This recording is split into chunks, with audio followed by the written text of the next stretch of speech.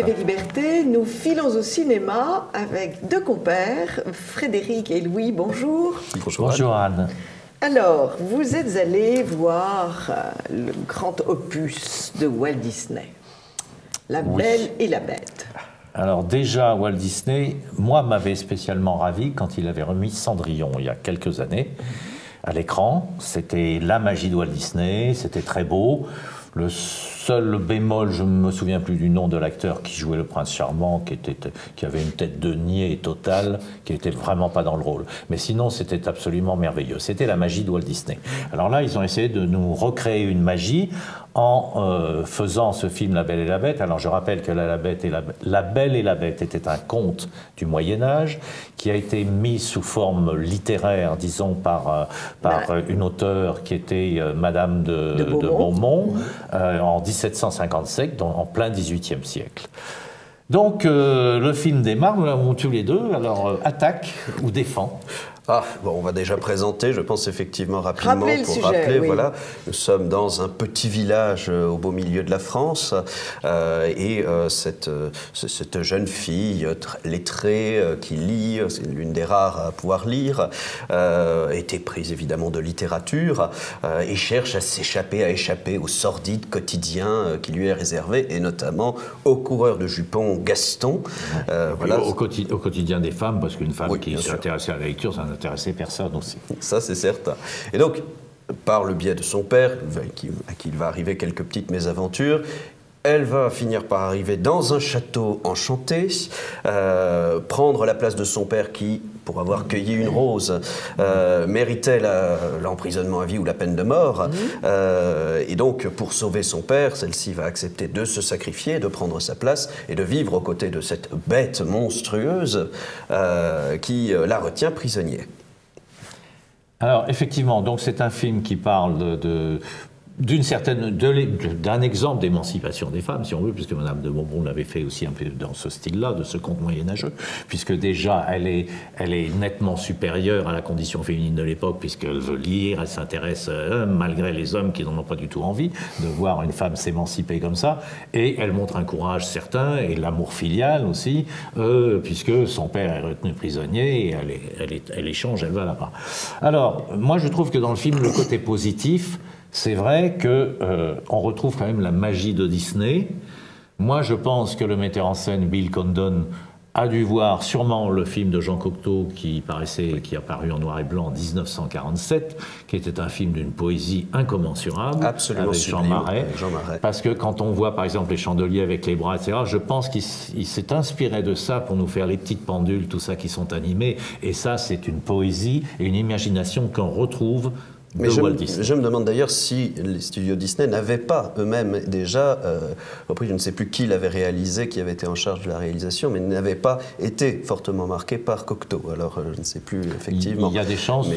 Pour cette idée du chandelier effectivement qui est animé, on la retrouve chez Cocteau. On l'avait chez Cocteau. Bon, c'était des bras qui sortaient comme ça, des bras humains qui tenaient des torches. Ce qui prouve qu'ils vont chercher leur inspiration aux beaux endroits.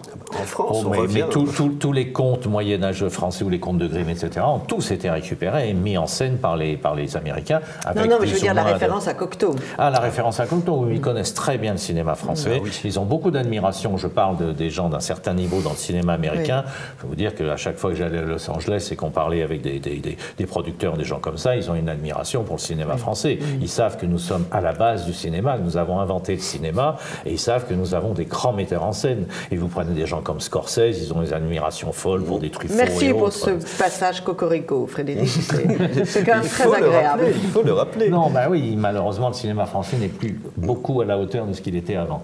Mais enfin, bref, donc, on en revient à ce film. Donc, moi, je trouve que cette magie, elle est là, indiscutablement. Il ne faut pas oublier, c'est un film un peu choral aussi. Hein. Il y a à peu près, un quart du film où c'est chanté. Moi, ce n'est pas quelque chose qui m'est très habituel.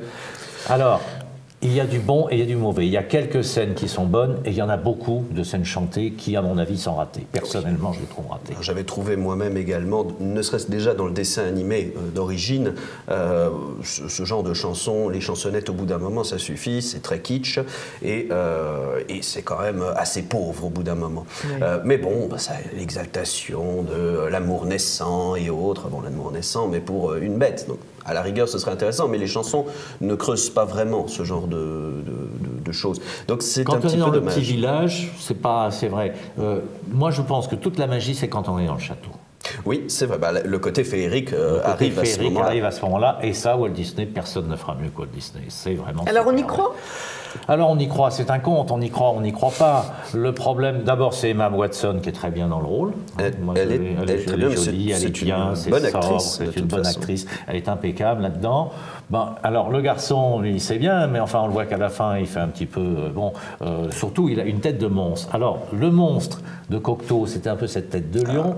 Le monstre de Christophe Gans, qui avait fait un remake complètement raté, à mon avis. Le monstre était absolument ridicule. Et là, bah, le monstre, il est à l'américaine, c'est-à-dire qu'on lui a mis quand même des cornes, un petit peu comme... il a 2 cornes.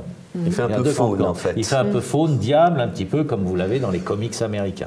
Bon, ceci étant, les rapports entre le monstre et Emma Watson sont bien faits, sont crédibles, sont bien faits. C'est vrai, et techniquement aussi, il faut le dire, c'est très bien fait. Il y a d'autres acteurs aussi, alors qu'on voit moins parce que justement ils font les voix des objets animés dans le film. Et ça, c'est plutôt pas mal. Il y a Ian McKellen qui a une voix toujours très familière pour tous ceux qui ont vu Le Seigneur des Anneaux, évidemment. C'est la voix de Gandalf. Alors, il faut le noter. La voix est toujours très intéressante. Il y a celui qui fait le chandelier, je crois que c'est un Français en réalité, donc avec un accent français qui prononce l'américain. Enfin, c'est parce que ça se passe en France. En fait, Walt Disney, c'est vrai, a fait un hommage à la France, puis ça arrive à Paris, puisqu'elle voit quelque chose elle comprend pourquoi elle n'avait pas de père, enfin pas de mère, etc. Bon, alors, donc c'est un film qui est agréable à voir, qui a des tas de qualités, mais il a quand même 2 défauts. La fin est un petit peu ridicule, quand l'horloge redevient, etc. Je dis, oh, m'amour, etc. Bon, la fin est un petit peu ridicule, et surtout, ce qui est absolument grotesque, c'est que comme aux États-Unis, on a le droit c'est obligatoire d'avoir des quotas de noirs, et bien à la Cour de France, dans les petits villages, il faut des noirs. On est quand même au XVIIIe siècle en France. Et puis, vous voyez à la cour, sous des perruques, des noirs, des mulâtres. En veux-tu, en voilà. Très pomponné, il faut quand même le noter. En veux-tu, en voilà. Alors, je me demande si bientôt, on n'aura pas un film sur Louis Pasteur qui sera joué par un noir. Peut-être aussi Jules César, un film sur Jules César, Au nom de la parité, qui sera joué par une femme. Puis pourquoi pas Jeanne d'Arc qui soit jouée par un acteur chinois. Donc, on en arrive à des absurdités. Ça est déjà été fait. La dernière pièce qui a mis en scène Jeanne d'Arc pendant la première partie était jouée par un homme. Mais il peut y avoir ce genre de choses intéressantes. Par exemple, quand Hamlet avait été au théâtre incarné par un acteur noir, ça avait quelque chose d'intéressant. Mais il y avait une recherche de ce côté-là. Il y avait un sens. C'est comme Sarah Bernard qui jouait aussi l'Aiglon. C'est très intéressant. On peut jouer le fait quand c'est pas... Il faut qu'il y ait une raison, pas parce qu'on a un quota de noir, parce que demain on va avoir un quota de jaune, on va se dire celui-là, voilà. Non, ça c'est ridicule. Je suis d'accord et je propose dans ces cas-là de refaire tous les films de Jean Rouc au fin fond de la savane africaine, dans les petits villages, la moitié seront des blancs, puisque au nom de la parité, faisons-le aussi. C'est complètement grotesque. Donc, La Belle et la Bête, alors on peut y aller. Oui, on peut y aller en famille, etc. C'est intéressant. Ça reste un bon moment, même si il y a beaucoup de... Sage-femme. Louis. Oui, alors je suis allé voir avec 2 grandes vedettes. Tout à fait, de Catherine. Donc Catherine de Médicis, mais Catherine Deneuve. Et Catherine Deneuve. Alors je suis allé surtout le voir pour Catherine Deneuve, qui est une femme, une actrice que j'aime beaucoup. Oui, malgré tout. Même dans Belle de jour, mais aussi dans d'autres, effectivement, films. Et là encore maintenant Mais là encore maintenant, eh bien, ça vaut quand même le détour parce que on sent qu'elle essaie de travailler son rôle. Alors, l'histoire est assez simple et d'ailleurs assez décousue de temps en temps. C'est un des petits reproches qu'on pourrait faire au film. Mais c'est l'histoire d'une sage-femme Donc, dont la clinique va fermer, parce qu'évidemment, les hôpitaux, il faut faire des économies, on ferme tout. Bon, dans sa petite vie, qui élève son fils seul, va rencontrer la maîtresse celle qui était la maîtresse de son père. Bon, histoire un peu farfelue, elle était partie visiblement au Chili ou en Argentine, je ne sais pas, d'un coup sur un coup de tête. Elle était revenue et elle reprend contact avec cette jeune fille qu'elle avait abandonnée quand elle était jeune et elle lui demande ce qu'est devenu son père. Et l'autre lui apprend qu'il s'est suicidé d'un coup de pistolet dans le cœur juste après le départ justement de sa maîtresse. Donc, bon, catastrophée, et Catherine Deneuve, donc, qui joue cette maîtresse, qui revient, va essayer d'une certaine manière de se rapprocher et de réparer un petit peu le manque d'affection et le manque de tendresse qu'elle a pu témoigner à cette jeune fille qui lui faisait confiance, qui visiblement l'admirait beaucoup, même si ça reste très discret. Elle va essayer de se rattraper. Dans le même temps, on apprend qu'elle est atteinte d'un cancer. Et donc, les tumeurs au cerveau, une histoire assez sordide. C'est assez terrible. Ça, je ne dévoile pas la fin. Non, s'il vous plaît. Voilà, les tumeurs en amour. Mais Catherine Deneuve est assez bonne. Elle a quelques moments assez croustillants où on voit cette femme complètement libérée, extravertie, qui raconte n'importe quoi et qui aime surtout qu'on la croie. Donc ça, c'est toujours délicieux de voir ce genre de petites choses incarnées par Catherine Deneuve. Mais elle a quel âge? Alors ça, je ne saurais pas vous dire. Mais... Vous êtes tellement amoureuse, vous ne voulez même pas savoir son âge. Elle a entre 50 et 60, mais c'est une vraie actrice qui a toujours aimé le cinéma. Catherine Deneuve, 50 et 60 ans? Frédéric, elle a bien plus que ça. Mais vous êtes merveilleux, vous les hommes. Enfin, c'est fantastique comme ça. C'est fantastique, on ne vieillit pas. Bon. Non, de toute façon, ça n'a de toute façon aucune importance. Oui, enfin, sauf que je la trouve quand même très travaillée. Évidemment qu'elle a vieilli. Et très botoxée. Évidemment qu'elle est botoxée, pour moi, elle a travaillé. Mais il y en a d'autres qui sont comme ça. C'est pas l'important dans une actrice. Bon, on peut le remarquer, on peut le déplorer. Elle a vieilli, on peut le déplorer. Il y a des gens qui n'aimaient peut-être pas Charles Vanel. Il tournait à 90 ans encore, il était fantastique. Oui, mais il n'était pas botoxé.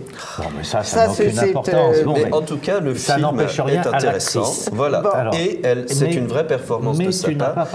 Tu n'as pas parlé de l'autre. Alors, Catherine Fro, malheureusement, qui quand même est une grande actrice aussi, une très bonne actrice. Eh bien, malheureusement, je la trouve assez passe-partout et insipide dans le film. Il y a quelques petits moments. Il est amoureux de Catherine Deneuve. Il faut croire, mais donc il ne peut pas aimer Catherine Fro. Reconnaissons au film qu'il n'est pas bavard, et pour un film français, c'est rare. Et j'ai apprécié déjà ce moment-là. Il y a beaucoup de moments où la caméra prend le temps de poser les plans. Est-ce que c'est ces personnages crédible? Parce que moi, je n'ai pas vu le film, mais j'ai entendu dire par des amis qui l'ont vu, que effectivement tout ça c'est intéressant, mais de voir cette femme qui revient et qui change en quelques jours, en quelques semaines, Catherine Fro, qui change de personnalité totalement, qui s'éclate, qui devient... Voilà. Est-ce que c'est vraisemblable? Non, ça ne tient pas la route, et c'est justement l'un des reproches qu'on pourrait faire au film, celui-ci qui en accompagne un autre, le fait que le film soit complètement débridé. Il y a à la fois cette histoire, en même temps l'histoire de fond qui est quand même socialement parlant extrêmement désagréable. Ces cliniques qu'on ferme et cette sage-femme qui va se retrouver dans une sorte d'hôpital monstrueux, gigantesque, où il faut 4000 naissances, il s'en vante. Voilà, l'autre est complètement débordé et dit « Non, je suis pas là pour faire des couveuses, moi ». Mais c'est exactement cela. Sauf que on l'a au début, on l'a à la fin, ça revient de temps en temps par touche, mais ça n'est pas suffisamment relié. Pas bien construit. Voilà, donc c'est très décousu. Il y a des moments très beaux, très agréables. Les actrices sont plutôt bonnes, sauf Catherine Fro, que j'ai trouvé quand même très décevante. Et voilà, le fait que ces trames soient décousues, au bout d'un moment, ça nuit. Bon. Et c'est dommage parce qu'il y a des choses intéressantes. En tout cas, on peut aller le voir. Merci Louis. Une vie ailleurs, Fred? Non, Il Posto. J'ai envie de parler d'Il Posto. Il Posto, parce que c'est un petit film en noir et blanc qui est sorti dans les années 60, d'Ermanno Olmi. Olmi, qui est un metteur en scène italien que j'aime beaucoup. Souvenez-vous, L'arbre à sabots. Donc, Il Posto, ça veut dire l'emploi. C'est une histoire de famille très, très modeste, hein, parce que c'est un petit peu du néo-réalisme italien. Une famille modeste, et on a ce jeune-là qui cherche un emploi. Donc on voit tous les gens qui viennent pour postuler, on leur fait faire des petits tests, etc. Donc c'est une étude. Et ensuite il est pris avec d'autres. Il y a une jeune fille qui est prise, il veut la draguer, mais c'est un timide. Et il n'y a pas grand-chose dans le film, mais d'abord le jeune joue remarquablement bien. Je ne sais pas quel est son nom, c'est un gamin, il doit avoir 20 ans. Dans quelle ville d'Italie ça se passe? C'est une ville, oui, ce n'est pas spécialement... Je n'ai pas vu de monuments qui m'ont permis de voir. Je n'ai pas vu la tour penchée, donc je ne sais pas où c'est. Et on voit tous ces petits employés ensuite au travail avec lui, avec tous ces petits détails de jalousie des employés, les petits chefs, etc. Par exemple, lui, on le met à une table devant parce qu'il y a toutes ces tables derrière, puis comptable derrière, il y en a un qui est là, qui vient voir en disant mais il vient d'arriver, moi je voudrais bien être devant, ça fait 15 ans que je suis dans la boîte, alors il lui demande est-ce que vous voulez partir, mais quand il dégage, il y en a un autre qui se précipite pour se mettre. Vous voyez, toute cette petite atmosphère dans les années 50-60, un regard de grande finesse entomologique sur cette vie des employés. Ça n'est pas un grand film, mais c'est un film très intéressant pour ceux qui aiment le cinéma. Bien, bien. Et Une vie ailleurs, non? Alors, si, Une vie ailleurs d'Olivier Payon, c'est une histoire qui est malheureusement une histoire pas courante, mais qui arrive de temps en temps, c'est-à-dire les divorces, ou les divorces qui se passent très mal, et il y en a un des deux, en général l'homme, qui prend l'enfant sous le bras, qui le kidnappe et qui s'en va à l'autre bout du monde. Alors, c'est ce qui se passe là, c'est-à-dire que vous avez une femme qui est là, qui est jouée par... j'ai un trou par Isabelle Carré. Oui. Son fils, elle avait épousé un Sud-Américain, Felipe, il divorce, il prend l'enfant, qui devait avoir à peu près 4-5 ans, il file en Amérique du Sud, il va voir sa mère en Amérique du Sud, il vit, finalement il passe au Brésil, il se retrouve en Uruguay, chez sa grand-mère, il est mort dans un accident de voiture, il est tué dans un accident de voiture, il a raconté à sa mère uniquement, mais ensuite il ne dit pas aux autres, qu'en fait, il l'a kidnappé. Mais officiellement, il a dit sa mère était morte. Sa mère en Europe est morte, etc. Donc voilà. Donc il y a une tante qui est là, une jolie fille, là, qui joue bien, qui s'occupe, et c'est son gamin à elle, etc. Donc elle part pour essayer de rekidnapper à son tour. Elle se fait aider par une espèce d'aide sociale qui vient là-bas avec elle, donc c'est toutes les démarches, on les voit, elle veut le kidnapper, lui approche du gamin, etc., et puis il lui dit non, je veux pas, alors elle cherche un bateau pour ensuite faire des trucs, elle met tout son argent là-dedans, il lui dit non, je veux pas qu'on le kidnappe, je vais lui parler, etc. Et il se rend compte que ce gamin, il est très bien dans sa peau, avec sa grand-mère, avec sa tante, que c'est très bien, elle commence à décompenser, elle se rend compte que ça va pas du tout, et en fait, la police arrive, elle retrouve le gamin, je vous passe l'histoire, et elle lui fait peur. Ça se termine bien quand même parce qu'elle a compris qu'il est bien là et que si elle veut le récupérer, il faudra qu'elle reste en Uruguay. C'est beau, oui. C'est beau, c'est très bien fait, c'est très bien joué par Isabelle Carré qui est bonne comme à son habitude, bonne, et par quelqu'un qui est Ramzi Breda, vous savez, les fameux Eric et Ramzi, qui ont fait des tas de conneries, excusez-moi, comme film, mais qui est là, joue son rôle, et il est très bon. Il est très bon, il est très sensible, il joue bien, et c'est vraiment un film qui est intéressant, même si c'est fait d'une façon, parce qu'ils ont présenté ça, il y aurait d'autres films à faire beaucoup plus durs, sur ceux qui épousent des musulmans, qui se retrouvent en Afrique noire, où là c'est beaucoup plus dramatique, parce qu'on ne les retrouve pas, il n'y a pas de happy end. Ce que tous les journaux féminins ont vanté pendant des années, épouser des hommes et qui se sont retrouvés donc là, ça se termine bien, mais c'est un sujet intéressant, c'est bien traité. Et Olivier Payon l'a fait un joli film. Merci beaucoup. Et un dernier mot pour une reprise de Persona de Bergman. De Bergman, quand même, le grand Bergman. Oui. Rappelez-nous l'histoire de Persona. Alors, très rapidement, effectivement, c'est l'histoire de deux femmes, la rencontre entre deux femmes. Une actrice qui, visiblement, est dépressive, tombe en dépression et va progressivement essayer de se réaccoutumer un petit peu aux relations humaines, si j'ose dire, par le biais donc, de cette autre jeune femme, d'une autre jeune femme qui va venir un petit peu la suivre. Et il va y avoir, va surgir dans cette rencontre une sorte de trouble au niveau de l'identité, et les deux vont finir par plus ou moins fusionner, transférer la personnalité de l'une sur l'autre. Si, c'est quand même quelque chose de... Ce ne sont pas des films commerciaux. Ah non, pas du tout. Et c'est pour ça aussi que c'est prodigieux, c'est justement que Bergman ne se conforme à aucun des modèles traditionnels, des grands canons. Toute la carrière cinématographique de Bergman, il a fait les films qu'il voulait. Il n'a jamais sacrifié au commercial. C'est pour ça que c'est un des plus grands au monde, comme d'autres, Kurosawa, etc. Et en plus de ça, je te redonne la parole, c'est celui qui a donné les plus bons rôles à des femmes. Ah, oui. Liv Ullmann c'est très intellectuel, c'est très psychologique, mais c'est remarquable. Tout à fait, c'est absolument sublime. Aller le revoir. Et il faut aller le revoir. Il repasse au Champollion, donc le Champollion le ressort. Et il faut aussi noter que Bergman fait là aussi l'un de ses films les plus métaphoriques. Donc il est quand même assez obscur. On met du temps à entrer dedans. Et aussi, c'est aussi un film qui, du début à la fin, ne traite que du théâtre, avec évidemment le titre même de persona, la persona des acteurs de théâtre, et du cinéma, puisque nous ouvrons le film sur une bande de cinéma qui tourne. Il y a tout un montage, et le montage, la question du montage est abordée et montrée directement.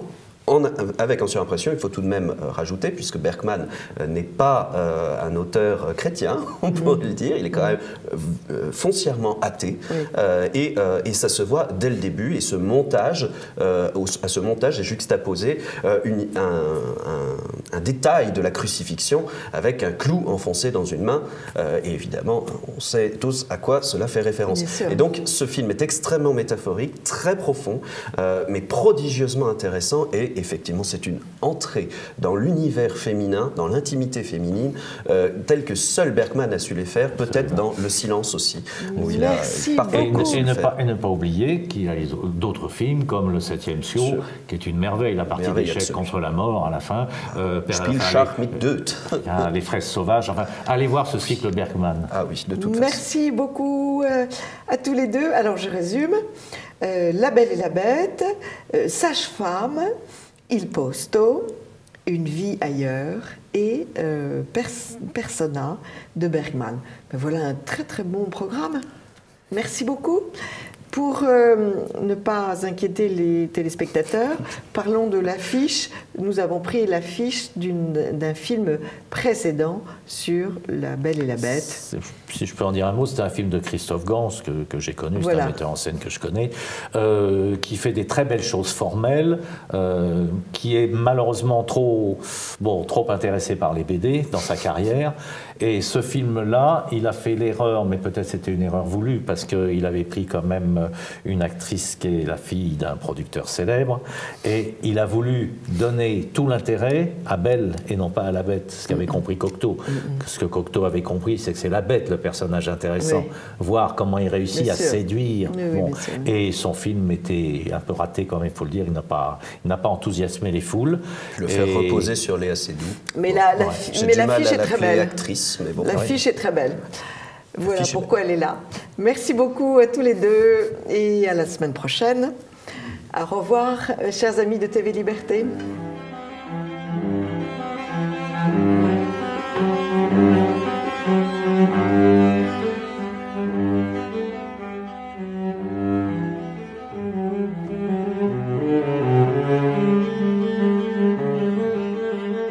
Amis de TV Liberté, bonjour. Nous avons invité Jacqueline Dauxois pour cette rubrique « Je lis, donc je suis ». J'ai envie de dire « Je lis, donc je chante » dans votre cas, puisque vous allez nous parler de Roberto Alagna pour un très beau livre qui s'appelle « 4 saisons » avec Roberto Alagna. C'est publié aux éditions du Rocher. Et vous avez suivi pas à pas ce grand artiste pendant donc 18 mois. j'ai envie d'évoquer préalablement, vos grands livres, puisque vous êtes l'auteur d'une quarantaine de livres, rien que ça, et parmi lesquels les téléspectateurs connaissent peut-être cette très belle collection des reines de légende, Zénobie, Cléopâtre, mais aussi Charlotte Corday, la biographie de Rodolphe II de Habsbourg. Vous avez écrit des livres aussi sur la route de la soie, sur la grande Pâque russe.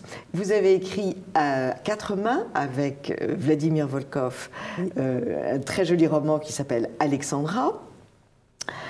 Enfin voilà, et un livre sur Marie-Madeleine qui est très beau aussi. Enfin bref, vous êtes une romancière extrêmement productive et j'ai envie de dire efficace, parce que vos livres sont des livres dont on se souvient.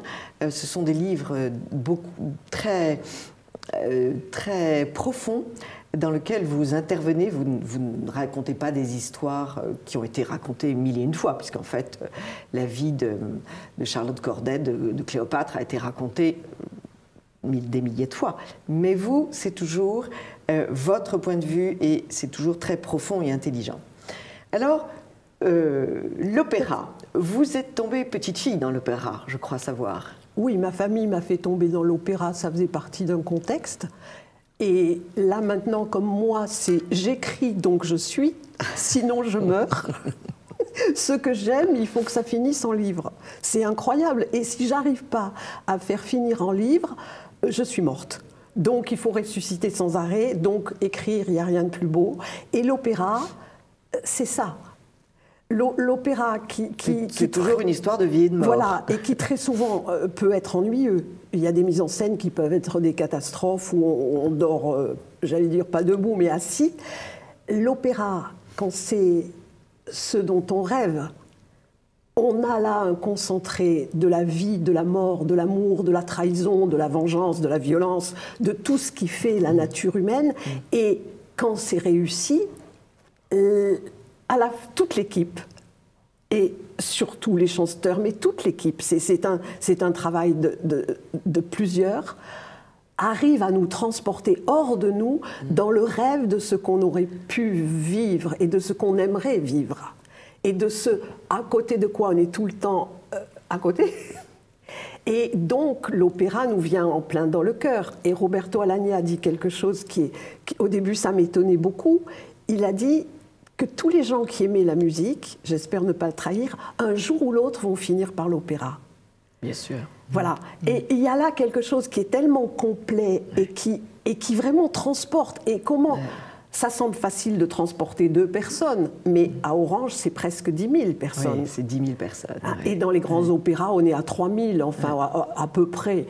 Oui. Quand on voit cette foule qui arrive et qui remplit les gradins ou une salle, moi, je trouve ça vertigineux. C'est un métier on m'aurait coupé la tête plutôt que de me faire rentrer sur une scène. Alors, on ne va pas parler pour les aficionados, pour ceux qui sont déjà des mélomanes et qui font comme vous des kilomètres ou qui prennent l'avion pour aller à l'opéra. On va parler pour ceux qui n'ont jamais été à l'opéra et on va leur dire que d'abord ils passent à côté d'une joie immense et que sur toutes les télévisions, il y a une chaîne qui s'appelle Mezzo et qui toutes les semaines passe un opéra, un grand opéra. Fantastique. Maintenant, les écrans sont grands. Les gens ont des écrans qui font la largeur de leur mur. Et donc, on est absolument dans les conditions, j'ai envie de dire. Alors, c'est évidemment pas Orange, c'est pas l'Opéra Garnier, mais c'est tout de même, on est en conditions. C'est sous-titré. Bien sûr. Et donc, on est pris par la musique. Et moi, c'est comme ça que j'ai vu les 3/4 des opéras que j'ai vus dans ma vie, parce que je n'ai pas pu aller comme vous mais vous savez au Met, à la Scala, mais vous savez que je n'ai fait à Glyndebourne et en quelques lieux à Vienne. mais je n'ai fait ces voyages que quand j'ai eu le livre dans la tête. Que vous avez eu le Sinon, livre. bien sûr, je faisais autre chose, je n'avais pas le temps de faire ça. Alors, quand êtes-vous... Et il n'y a pas que, pardon, Anne, il n'y a pas que le mezzo, il y a aussi, et je n'aurais pas pu faire le livre sans YouTube Oui. et sans les DVD. Oui, oui, absolument. Donc, qui veut peut trouver des opéras. On peut trouver son et opéra, on oui, peut, oui. à la maison, c'est vrai, c'est pas la même chose, c'est un peu peut-être comme de la conserve. Non, non, mais c'est extraordinaire d'avoir cet accès-là. D'ailleurs, une première prise de Oui. contact. Oui. D'ailleurs, c'est- vous savez, le Met l'a tellement bien compris qu'un des grands Oui. revenus du Met actuellement, c'est de filmer les opéras Et et de de les les passer. diffuser dans Oui, le oui, monde entier. absolument. Et ça marche, et, Et ça c'est marche. très réussi. Et les cinémas sont pleins. Plein bondés. Il faut réserver, oui, oui. il faut réserver, sinon on n'a pas de place. Absolument. Alors, quand avez-vous rencontré Roberto Alagna et quand est né ce sentiment d'admiration éperdue pour ce chanteur? D'abord, j'aimais énormément Pavarotti, donc j'ai essayé de ne pas rater Pavarotti. Ensuite, Roberto Alagna, je l'ai découvert à Orange dans son Roméo, il y a je ne sais pas combien d'années. Et donc, déjà dans ce décor absolument extraordinaire, mais comme spectateur, comme abonné à l'opéra, comme allant chaque année à Orange, comme beaucoup de monde le faisait, et comme beaucoup de gens qui aiment l'opéra font. C'est tout. Et quand j'ai eu envie d'écrire ce livre, justement, j'étais dans mes reines de légende jusqu'au cou. Je venais de sortir Zénobie, reine de Palmyre, ça me passionnait, mais c'était quand même la 5e. Et puis, j'en avais assez de travailler sur des gens qui étaient tous morts, qui me répondaient jamais, qui m'engueulaient jamais, qui me disaient jamais c'est bien. Et j'ai décrété à mon éditeur, pendant que je signais ma pile, je lui ai dit maintenant c'est fini les reines de légende pour le moment. Je venais de signer quand même pour Bethzabée, qui n'est jamais sorti bien sûr, mais je venais de signer, non pas que je ne l'ai pas fini, mais parce que tout a changé, donc j'ai ma Bethzabée sur les bras. Et je dis à l'éditeur, bon, je fais encore Bethzabée, mais le prochain, je veux un roi de légende et je le veux vivant. Et comme c'était un fou d'opéra et que nous n'arrêtions pas de parler d'opéra, donc il a accepté.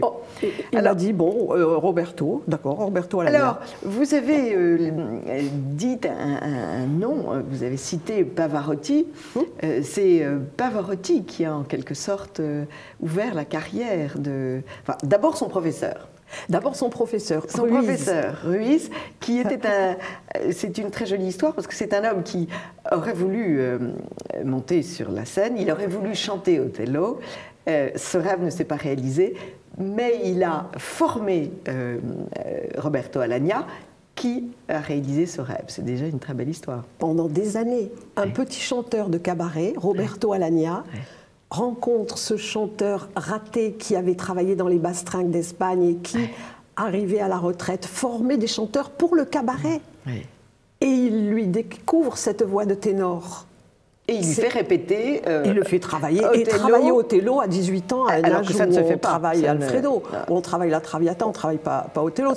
Othello, c'est un rôle de la maturité. C'est un rôle dont d'ailleurs tous ses copains après, quand il a été un peu connu, lui ont dit « mais c'est un rôle casse-voix, tu ne peux pas continuer à travailler ça ». Lui, il a fait des angoisses. Et vous imaginez, et alors Pavarotti l'a découvert, mais en même temps, lui, il n'arrêtait pas de travailler.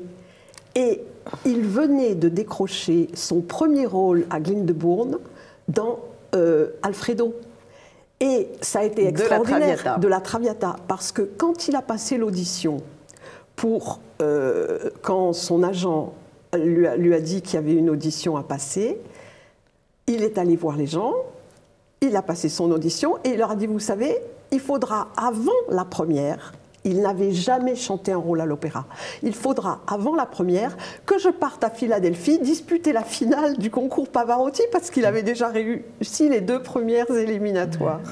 C'est étonnant. Et imaginez ses camarades en Angleterre, chacun disait « mais moi je viens de telle école, moi ci, moi ça, et toi d'où tu viens ? Ah moi du cabaret !»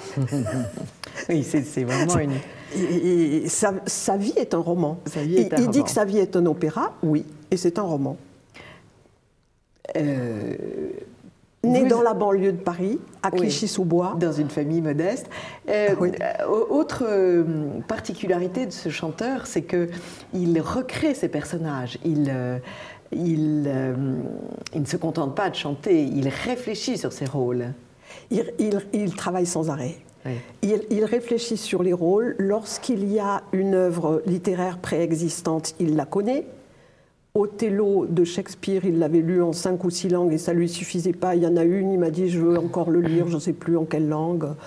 Alors donnez-nous un exemple du travail de Roberto sur une intrigue, sur, par exemple, Othello. Par exemple, Othello. Othello, il l'a incorporé à ce qu'il est lui. Lui, il a connu la vie d'un petit rital en banlieue. Oui. C'est-à-dire il est arrivé à la maternelle en ne parlant que le sicilien. Vous imaginez le gamin? Oui. Et donc, il a connu cet exil. Et il dit que son personnage d'Othello a connu aussi cet exil. Parce que Othello est le mort de Venise. Voilà. Donc, c'est un musulman. C'est pas un Vénitien d'origine. Qui est devenu un général vénitien et qui se bat contre les musulmans dont lui, il a été. Contre les siens, oui. Voilà. Donc un sentiment de traîtrise. Oui. Donc, et lui, il a pu avoir ce sentiment de traîtrise envers les siens quand, adolescent, de son nom Roberto, il a fait Robert en virant le haut pour se franciser. Il a pu, parce que ça... Mais restons sur Othello. Ce personnage, donc, est sensible à cette situation de traîtrise. Et donc, Iago va instiller dans son esprit l'idée de la traîtrise de Desdémone. Ah oui, ça c'est extraordinaire. Donc, Roberto dit que Othello, puisqu'il a pu lui trahir, eh bien, il mérite presque d'être trahi. Presque, il attend cette trahison. À partir du moment où Iago, c'est Roberto qui parle, a compris ça, n'importe quel levier va servir à le détruire.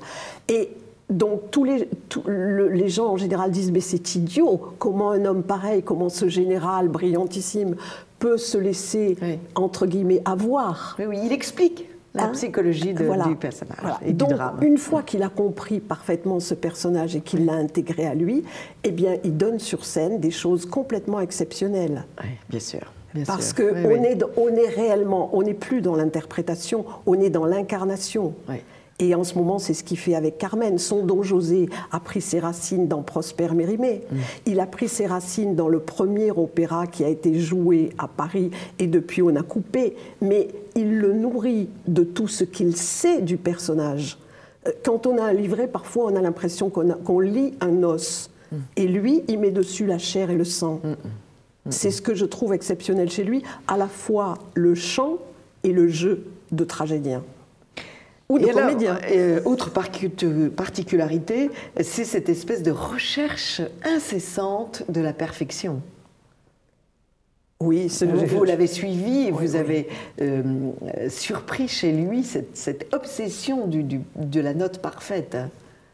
Ah oui, toujours. De toute façon, c'est un homme qui travaille toujours. Je l'ai vu vous me direz que j'étais avec lui sur ses lieux de travail. Mais quand il prenait l'avion ou quand il avait, quand il y a 2 jours de creux, il a tout le temps sur les genoux sa partition et il la travaille. De sorte que les équipes sont très étonnées quand il arrive le premier jour des répétitions. Lui, il connaît déjà son rôle et celui de tous ses partenaires. Il sait ce qui, dans l'opéra, a été coupé ou pas coupé. Dans Le Roi Artus, il s'est bagarré pour faire remettre quelques lignes qui avaient été coupées et qui rendaient le personnage de Lancelot qu'il interprétait à peu près incohérent. C'est-à-dire qu'on avait enlevé le passage où Lancelot regrette son adultère, veut redevenir fidèle au roi et va aller se faire tuer dans la bataille. Si Lancelot n'a plus ce regret dans le cœur, au moment où il aime Guenièvre d'un amour fou, il sacrifie cet amour, vous me direz c'est trop tard, mais enfin on fait ce qu'on peut, et il décide d'aller se faire tuer, mais s'il n'a pas de regret, ça rend son personnage incohérent. Bien sûr, il était sûrement le seul à avoir lu l'opéra entier avant les coupures. Et un jour, il riait, il se promenait dans toute la salle où on répétait, en demandant à tout le monde comment ça s'écrit fratricide, parce que dans un des passages qui avait été coupés, et ben lui, il avait trouvé une faute d'orthographe, la seule du livret. Il n'arrête pas de travailler parce que c'est dans son sang, c'est lui. Il fallait que cela fût vous qui analysiez cette intelligence du texte et cette intelligence de l'intrigue, parce que vous, par votre travail, votre approche des psychologies diverses et variées à travers le monde et à travers les siècles, vous savez déterminer les leviers des actions des uns et des autres. Donc vous comprenez parfaitement le travail de Roberto Alagna, ce qui n'est pas donné à tout le monde. C'est très gentil de me dire ça. Non, mais il y a une question de fraternité, c'est vrai. Vous raisonnez de la même façon à l'égard d'un texte et d'une intrigue. Vous cherchez, la vérité du personnage et la vérité de pourquoi est-ce que telle chose se fait. Et vous rendez une clarté, en fait, à ces personnages, qui sinon sont quelquefois des pantomimes, des petites marionnettes. Mais parce que quand je le vois travailler comme ça, moi qui déjà adore travailler, adore apprendre et adore chercher, il me donne encore plus envie de le faire. Et je découvre un monde entier que je ne connaissais pas. Jamais je n'aurais relu Prosper Mérimée. Écoutez, je crois que j'aurais jamais relu non plus Othello. Et il y a tellement tout ce que j'aime dans l'opéra. Il y a toutes ces racines littéraires. Oui. C'est ma vie, ça aussi. Oui, bien sûr. Donc, l'idée de retourner là d'où je viens, en fait... C'est extraordinaire. Avec en plus cet ajout formidable de voir quelqu'un qui travaille comme un fou. Ça, j'adore. Voilà, chers amis de TV Liberté, vous pourrez aller derrière la coulisse, voir ce grand artiste travailler, répéter, lutter, parce que c'est une lutte de chaque instant, lutter contre la maladie, contre les accidents. Si les planches sont dans l'obscurité, il peut prendre un projecteur dans la tête, enfin des choses hallucinantes. C'est dangereux, une vie de chanteur. Comme à Orange, où il a pris les projecteurs. Oui, c'était déjà cassé les ligaments. Et il continue, et il est là pour assurer le spectacle, pour ne pas décevoir tous ceux qui l'attendent. Merci beaucoup, Jacqueline d'Auxois, de nous avoir fait approcher ce grand artiste d'aussi près, dans toute sa vérité, dans tout son travail. Et je crois qu'on ne pourra plus jamais écouter ce grand chanteur sans penser à votre livre. Merci beaucoup, Jacqueline d'Auxois. Merci à vous. C'est donc aux éditions du Rocher, 4 saisons avec Roberto Alagna, comme beaucoup des livres de Jacqueline d'Auxois que vous pouvez retrouver. À très vite pour une autre émission de Perles de Culture.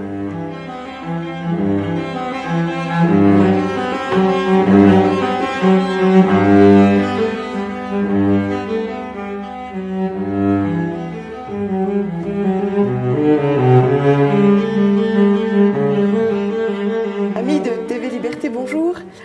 Nous recevons ce matin Brigitte Lindy et nous avons l'intention de vous faire un cadeau, c'est-à-dire de vous offrir des magnifiques livres, des CD pour vos enfants. Bonjour Brigitte. Bonjour Anne. Alors Brigitte a une grosse expérience des enfants puisqu'elle en a 5.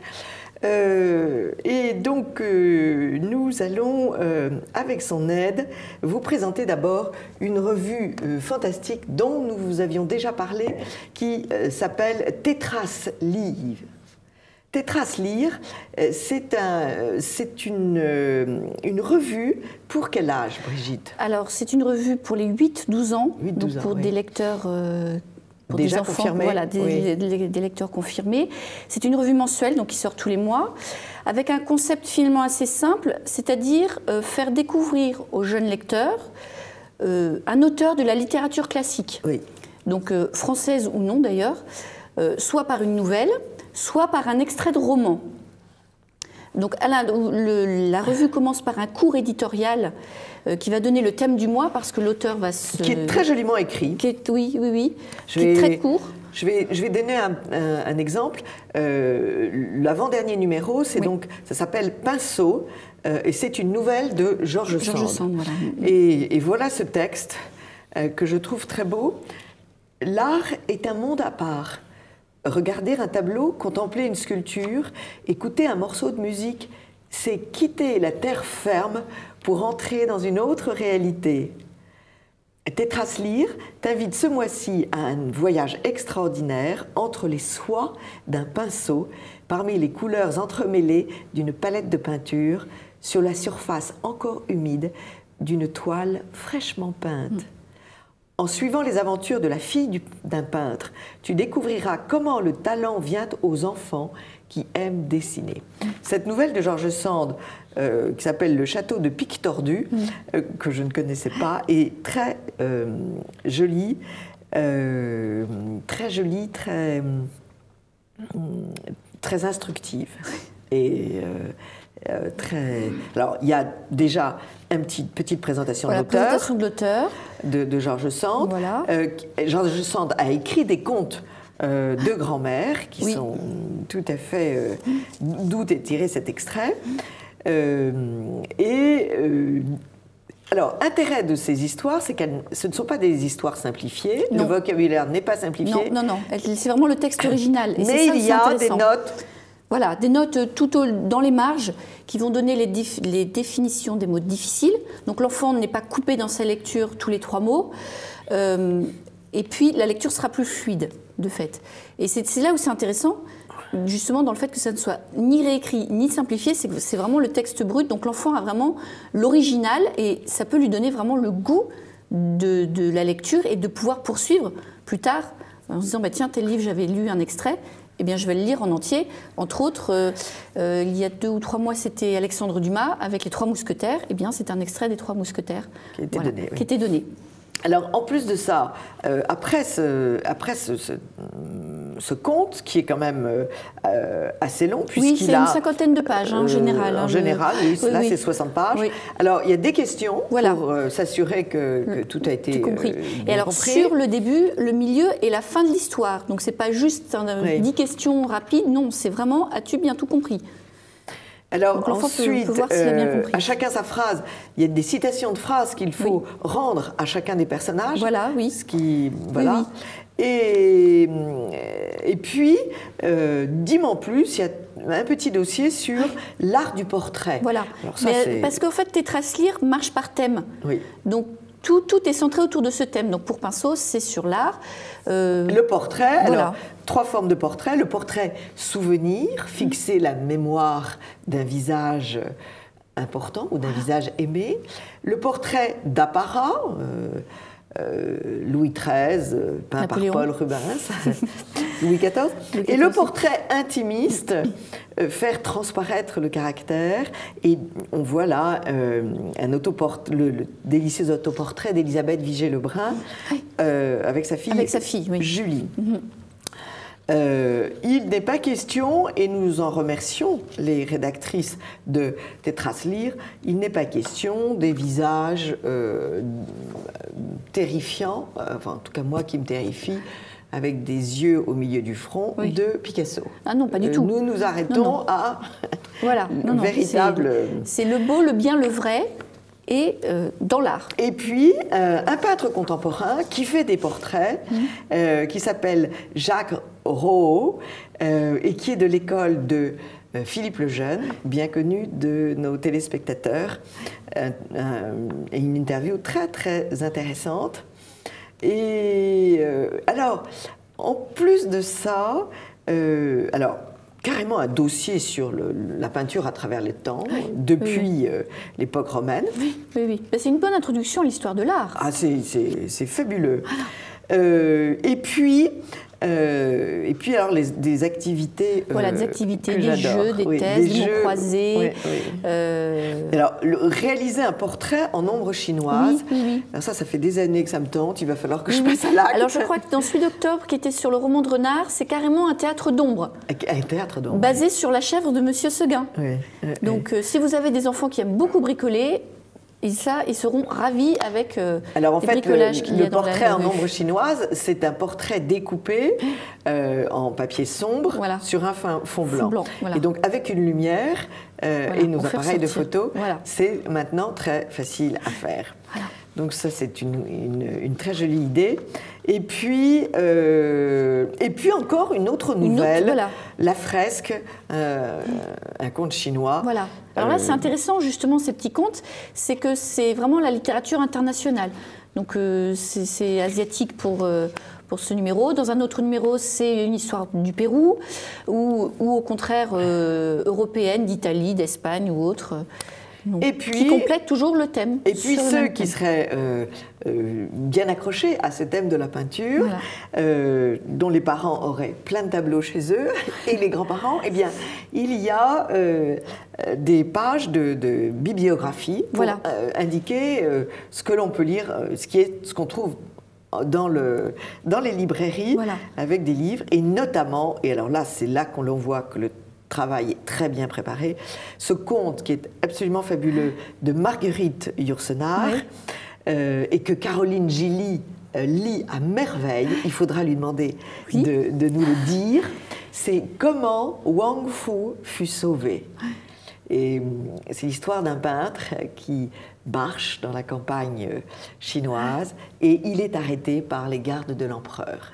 Je ne vous en dis pas plus, mais c'est une histoire fabuleuse. C'est chez Folio Cadet et ça n'a que 48 pages. Alors également une bibliographie, mais aussi des idées de sortie oui. pour des expositions, oui. des musées.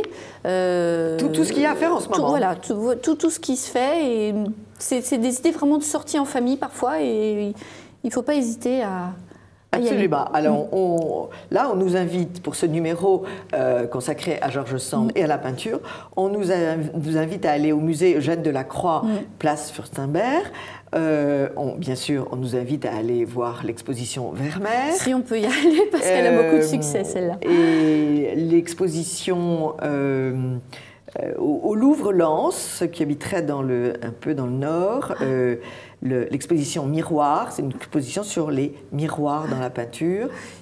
Voilà, à Nantes aussi, puisque c'est la réouverture oui. du musée des Beaux-Arts. Oui, c'est dans toute la France, hein. Donc ça c'est bien pour oui, les gens qui... Oui, oui. Et puis bien sûr, on nous invite à aller au musée de George Sand à Nohant, qui est une pure merveille. Oui. Et on a l'impression que George Sand et tous ses invités viennent de quitter la table. C'est absolument inouï. Et puis le musée de la vie romantique à Paris, qui est un endroit aussi qui est très, très riche. Voilà. Donc une revue très complète pour les jeunes lecteurs. Vraiment, alors, très bien faite. Vient de sortir maintenant un numéro sur Tolstoï, voilà. Avec des nouvelles de Tolstoï. Voilà pourquoi cette illustration sur nos écrans. Bon, cette revue a 2 ans, elle a déjà 2000 abonnés. Donc je crois, chers téléspectateurs, qu'il faut s'abonner.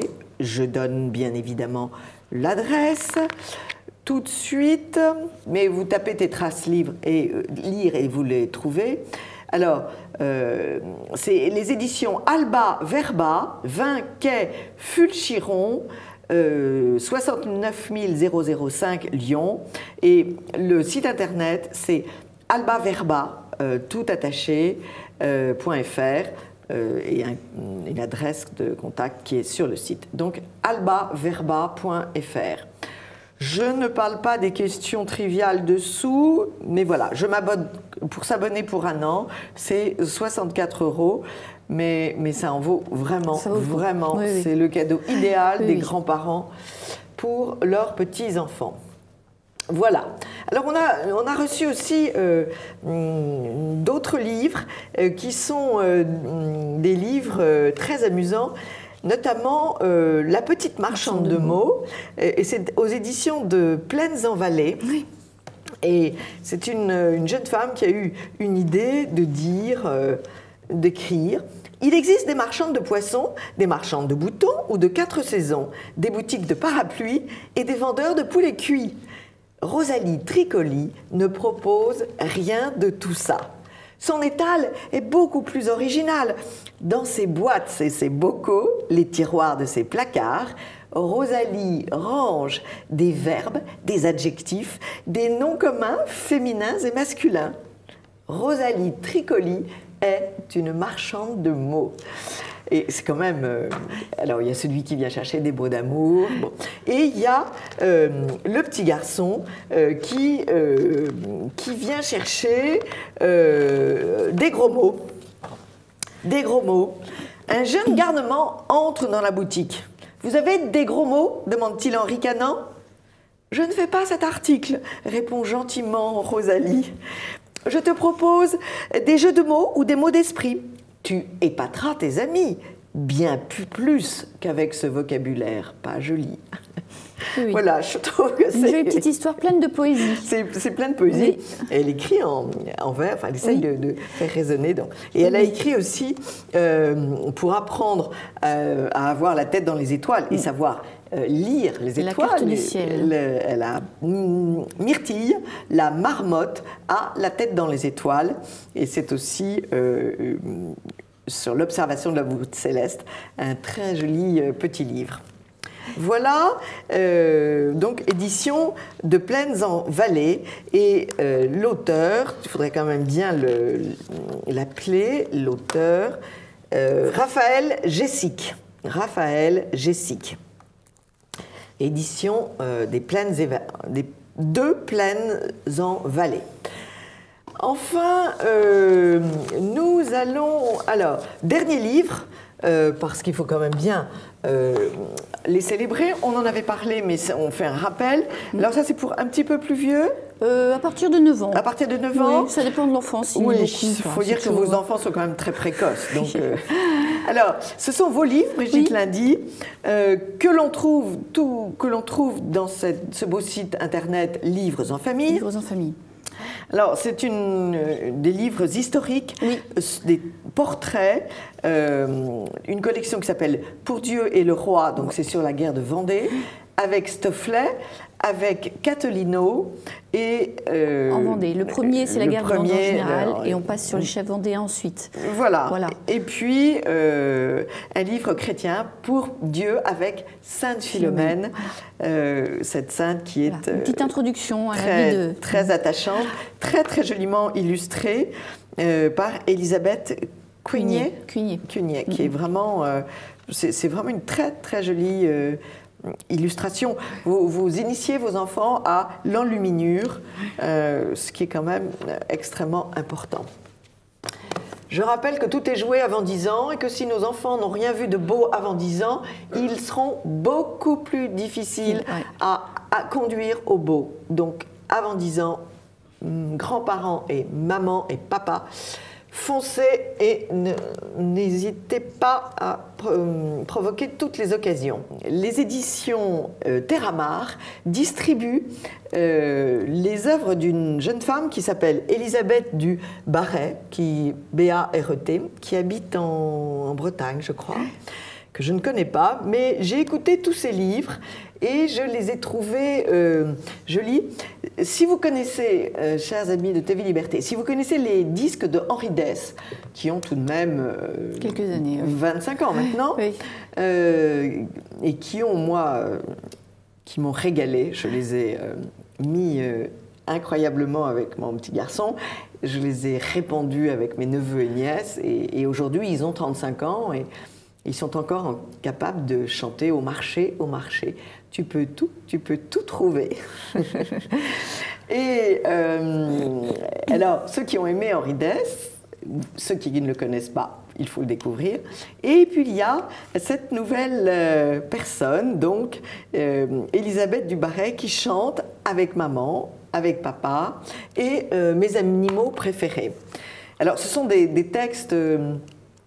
Ce sont des textes qui soit dit, et elle a une voix très belle, des poèmes, et soit ils sont chantés, et l'illustration sonore est très bonne, elle est très douce, et ce sont bien sûr des scènes de la vie d'enfant, comme dit Schumann, avec des textes jolis,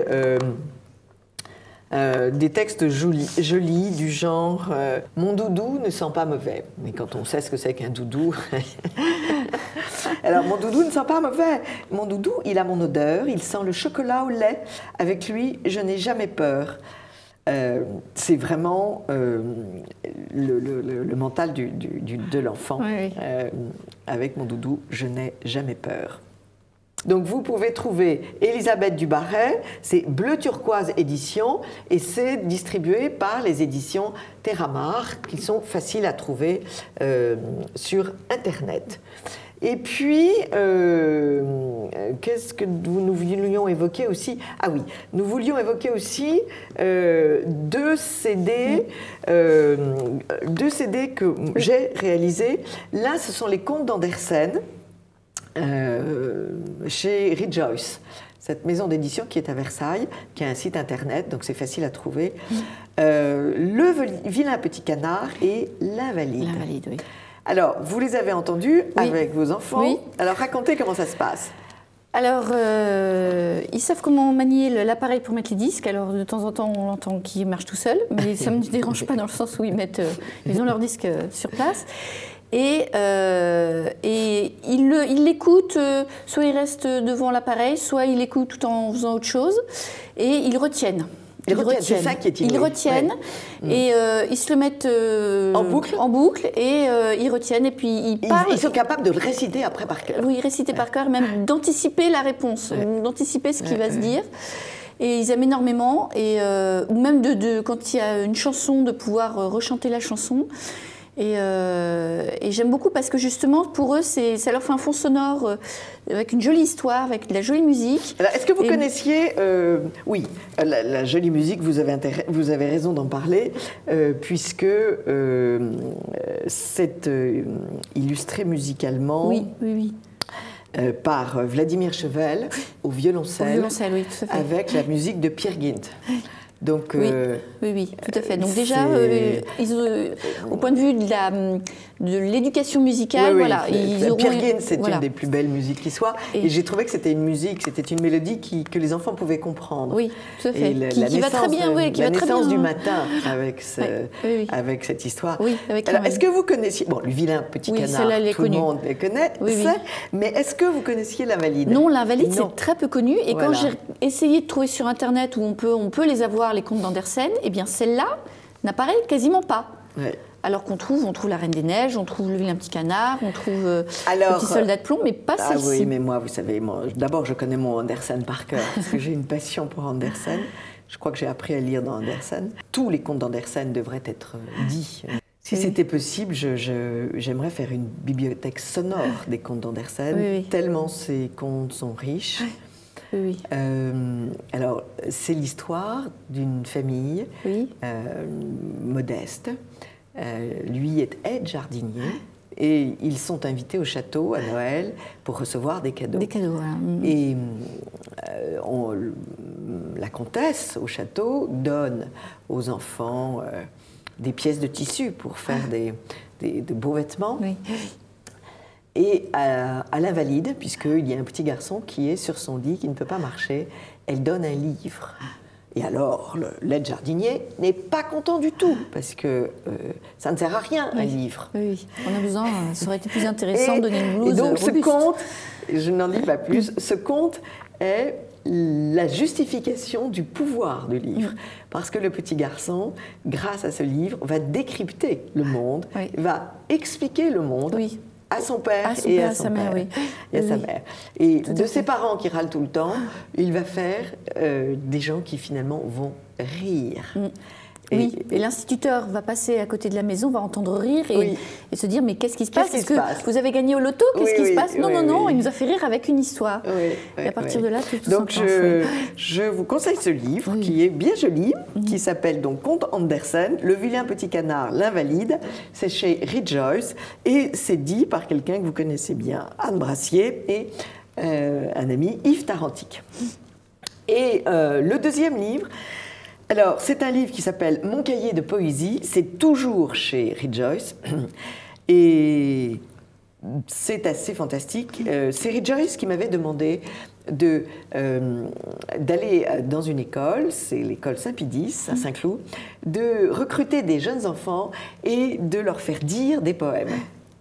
Et je me suis rendu compte que ces enfants, enfin je le savais puisque je suis un ancien prof, ces enfants disaient la poésie avec une passion, une justesse, une intelligence juste égalée par les gens de la Comédie Française. Quand ils se prennent au jeu, c'est fantastique. Non, je n'ai pas mis le ton là. Oui, donc oui. on va recommencer parce que là je n'ai pas mis le ton où il vient vous voir en disant je ne sais pas comment la dire pour mettre le ton. Alors on essaie de voir avec eux. Et alors on voit des petits garçons qui sont assez cancres. Dans les petites classes, les petits garçons sont quelquefois cancres. Eh bien, quand ils disent les conquérants de José María de Heredia, je peux vous dire que ou Cyrano de Bergerac, vous savez la tirade. Cyrano de Bergerac, approche Bertrand le fils, Francien Berger. Ils aiment beaucoup. Écoutez les Gascons, c'est toute la Gascogne. Et là, ils mettent le ton. Et alors donc, il y a 2 tomes de poésie dits par des enfants. Bah, c'est Ronsard, c'est Péguy, c'est Vigny, La Fontaine, c'est Marie-Noël, la Cybèle. La poésie, c'est un peu le parent pauvre de la littérature. Et de l'éducation aujourd'hui. Voilà, c'est de la poésie, on laisse de côté. C'est du français, du beau français. Donc, compte tenu de l'état désastreux de l'éducation nationale, si on ne fait pas apprendre par cœur à nos enfants des poèmes, nous allons à la catastrophe. Et dans la voiture, et compte tenu de ce que vous venez de dire, c'est-à-dire que les enfants ont une mémoire extraordinaire, c'est extrêmement important de leur donner, de les nourrir avec des poèmes. Et nous allons finir l'émission avec donc 2 poèmes.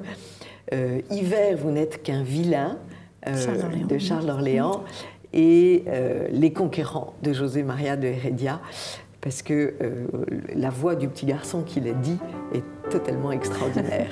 Hiver, Charles d'Orléans. Hiver, vous n'êtes qu'un vilain. Été est plaisant et gentil. En témoignent mai et avril qui l'escortent soir et matin. Été revêt champs, bois et fleurs de son pavillon de verdure et de maintes autres couleurs. Mais vous, hiver, trop êtes plein de neige, vent, pluie et grésil. On vous doit bannir en exil. Sans point flatté, je parle plein. Hiver, vous n'êtes qu'un vilain. Les conquérants, José María de Heredia.